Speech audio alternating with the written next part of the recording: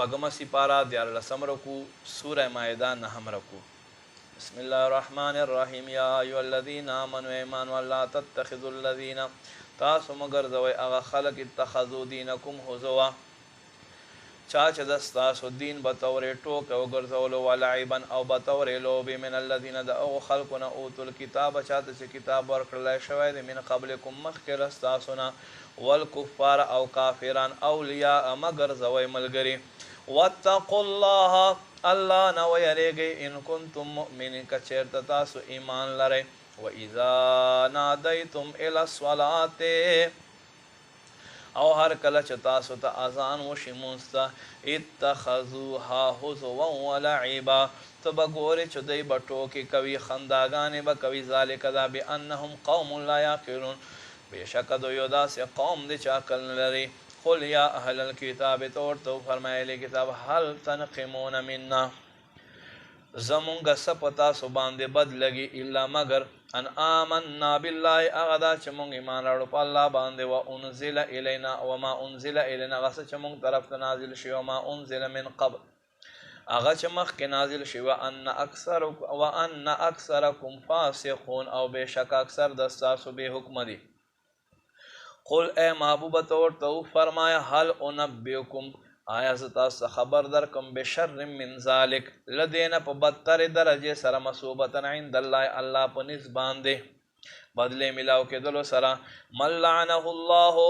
هر هغه سړی چا باندې چې الله لعنت وکړي وغضب علیه او چا باندې چې الله غضب وکړي وجعل منهم القردة والخنازیر هغه وګرځوي الله له دوی نه وګرځول بیزوګان او خنزیران وعبد الطاغوت او شیطان عبادت کوونکي اولئک شر مکانا دک ډېر بد ځای دی واضل عن سواء السبیل او دا ډېر د نیغې لارې نه بې لارې کېدل دی. واذا جاءوکم او هر کله چې دوی تاسو خواته راشي قالو دوی وای آمنا مونږ ایمان راوړی وقد دخلوا بالکفر او حال دا دی چې دوی دلته کفر ته وردن نشي وهم قد خرجوا به او حال دا دی چې دوی دلته له ایمان نه وځي. والله اعلم بېشکه الله ته ښه علم دی بما کانو یکتمون هغه څه چې دوی پټوي. وترى کثیرا منهم او ته به ګورې ډېر شی په دو کې یسارعون فی الاثم والعدوان چې دوی به منډې وهي په ګناه او د زیاتوب په کار کې واکلهم السحت او په حرام خورۍ کې لبئس ما کانوا یعملون څومره بد دی هغه چې دوی عملونه کوي. لولا ینهاهم الربانیون والاحبار عن قولهم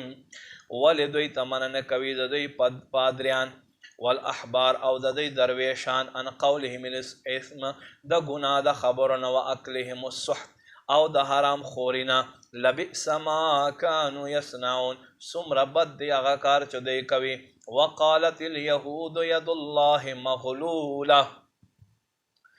یهودیانو وی الله لاس تړلی شوی دی غلت ایدیهم دوی لاس دی وتړلی شي ولعنوا او دوی باندې لعنت وشو بما قالوا په سبب د دوی خبرو. بل یداه مبسوطتان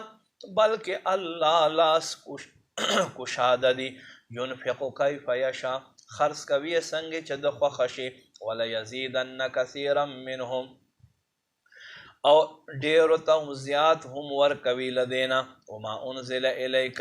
او هغه چې تا طرف ته نازل شوی الله یې په دې کې ورزیاتوي من ربک د ستا رب له جانبه پس سره طغیانا و کفر الله دوی ته زیاتوب ورکوي په سرکشي او په کفر کې. والقینا بینهم العداوة والبغضاء واچولو مونږ دوی په منځ کې دشمني او بغض الی یوم القیامه تر ورځ د قیامت پورې. کلما اوقدوا نارا هر کله چې دوی اور بلوي للحرب لپاره د جنگ اطفأها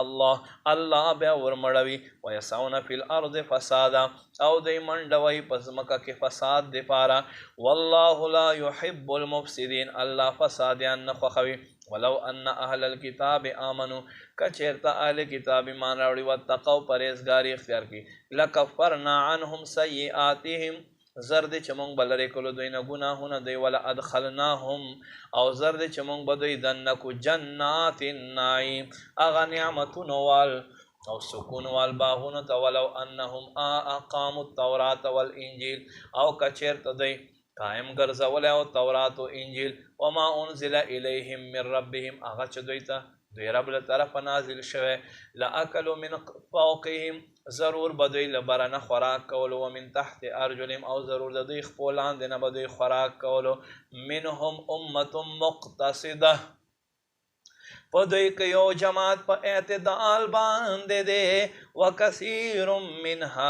منهم ساء ما یعملون او ډیر شی په دوی کې هغه دي چې بد عملونه کوي